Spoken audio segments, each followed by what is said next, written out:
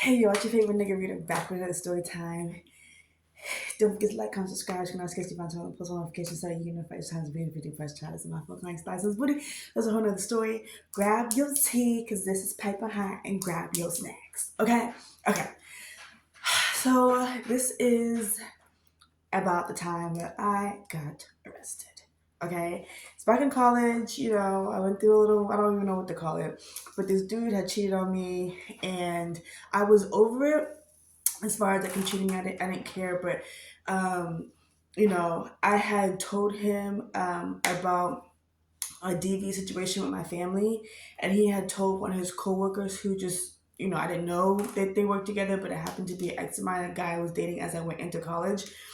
Um, like right after like my first like real like serious relationship. And they were at work just like, I guess sharing my stories or something. It was weird. And so I was taking a file, and that the ex that I dated after my first serious relationship was like texting me information that I only told the guy that who ended up having me get arrested, a guy that I was dating who cheated on me. And he had a girlfriend who he told me he broke up with her for 2 years, but they were still together, I guess, like apparently living together. I don't know. And she was a nurse, so she would work at nighttime. So because of that, he'd spend a lot of his evenings stuff at my house using my Wi-Fi and all that stuff and whatever. So the sharing of the personal information is what really just like irritated me.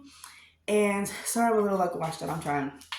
It's like what really like irritated me or whatever. And I got upset, and I shouldn't have done it, but I got upset, and I keyed his car, and it turned into this whole thing. And he knew somebody who could have the car appraised over a certain amount, because in Arizona, that's where it was, in Arizona, over a certain amount is considered a felony. And so that's what happened, and that's one of the reasons why I wasn't able to get a corporate job and why I had to go into entrepreneurship and etc. Right? So let's go into the day I got arrested. So I'm in my room. I had literally just colored my hair, so my hands are green. Whatever. I just colored my hair because I didn't have any gloves. My sister opens. I was living with her.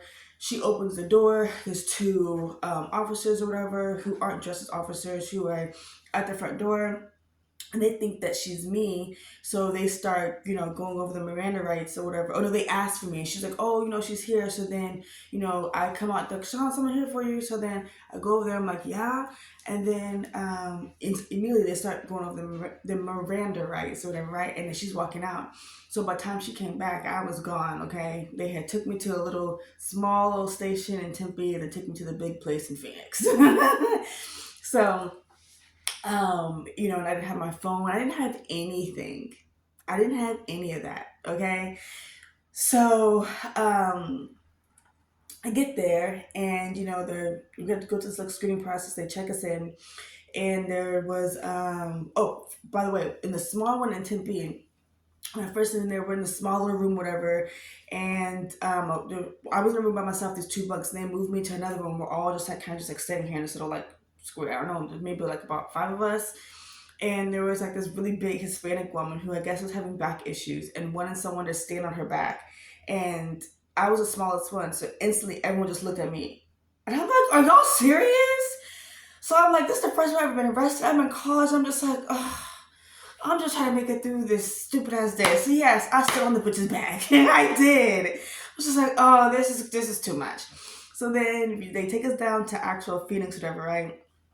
And we're going through, so we had to do the fingerprints and everything like that. So the lady's talking about my hands being green. I was like, I just colored my hair, this and that, blah blah blah. There was another lady who was there who they went to the hotel to actually get her brother and got her.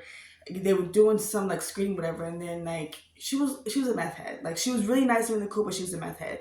So as they're there, going everything, and she finds out the day that she's being arrested, she finds out she's pregnant in jail, and I'm just like, oh my gosh. Anyway, she ended up being the person I talked to. So her and I, we're talking, and I'm trying to get everything figured out as far as like rides and etc. Because they tell us we're only gonna be there for a few hours. We're gonna be, released at this time, and then it goes from like, okay, 2 hours to like, because they arrested me like early in the morning, maybe like 8 or 9. So it's like, okay, we're there 2 hours. So we're supposed to be out at like 2 or 3. Next thing we know, then they're like, okay, well, like 11, it goes to like 11 p.m. The next thing we know, they're releasing us at 3 o'clock in the morning. And there was a train station next to the station, but in the middle of the night, the train doesn't work. So for people who didn't have rides set up, it's just like you're just in the middle of Phoenix. And in this particular area is a bad neighborhood. You're just in the middle of Phoenix. Just no ride, no nothing. I'm just like, okay. So she knew somebody who was actually her boyfriend on the low was this really popular black preacher in Arizona. And the really nice meth head was his side chick. And she was pregnant by this preacher man. And I'm just like, oh, okay. So she said that and I found out out later, but she said that he's going to be the one to pick us up. So I'm like, okay. So we have to walk to it. So we go and we actually walk to meet him at this McDonald's that's blocks down the way, whatever, right? And as we're walking, there's this guy at this bus station. This is the first time I've ever been in trouble like this, y'all. This is the first time I've ever been in trouble, okay? So we're walking, and this guy at the bus station pulls his thing out. Now, it's the middle of the night. This man just pulled his thing out to two women. I freak out, and I just start running. I just run. I'm just running. And then the girl, catches up with me, and she was like, girl, that is not what you do out here. Not on these, that's not what you do out here. And I was like, okay, I'm just scared. Because then before we even got there, that was him. So then we go up to this other bus station and go walking by, and there's a guy that she knew or whatever, and they're like, going over stories and this and that, because apparently they knew each other, and he was talking about how someone paid him or dared him to eat a poo sandwich, a literal sandwich, literally poo in between bread for some money. He's just telling us a story, and he was like, yeah, I ate it. And I'm just like, Lord Jesus, please let me get through this night. Because, like, what is this? What is this? So we finally make it to the McDonald's. The McDonald's is right across the street. Like, behind it is this motel. You just see people going in and out of the motel. You can just tell that it's just like a boom, boom, boom, right? I'm like, okay. So the preacher man comes and picks us up.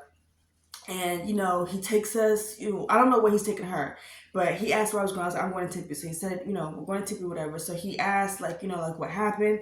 And I was just like, you know what? I just had to tell him. I told him what happened. He was just like, girl, don't ever let no man drive you crazy. And I was just like, yeah, I know, this and that, blah, blah, blah. And all that kind of stuff. But I'm in here, and he's giving me advice, and I'm listening. But this is after I just found out that he is a preacher man who is married, and this really nice lady who is on meth.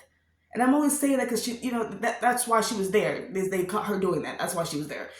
But, like, and she's pregnant by his baby. And I'm like, I'm listening to your advice. And maybe because you're speaking from, like, being a dude who, is whatever. But I'm also just like, advice from you as you sit here cheating on your wife? It's not even like with this woman. It's just like you cheat on your wife and this woman is pregnant.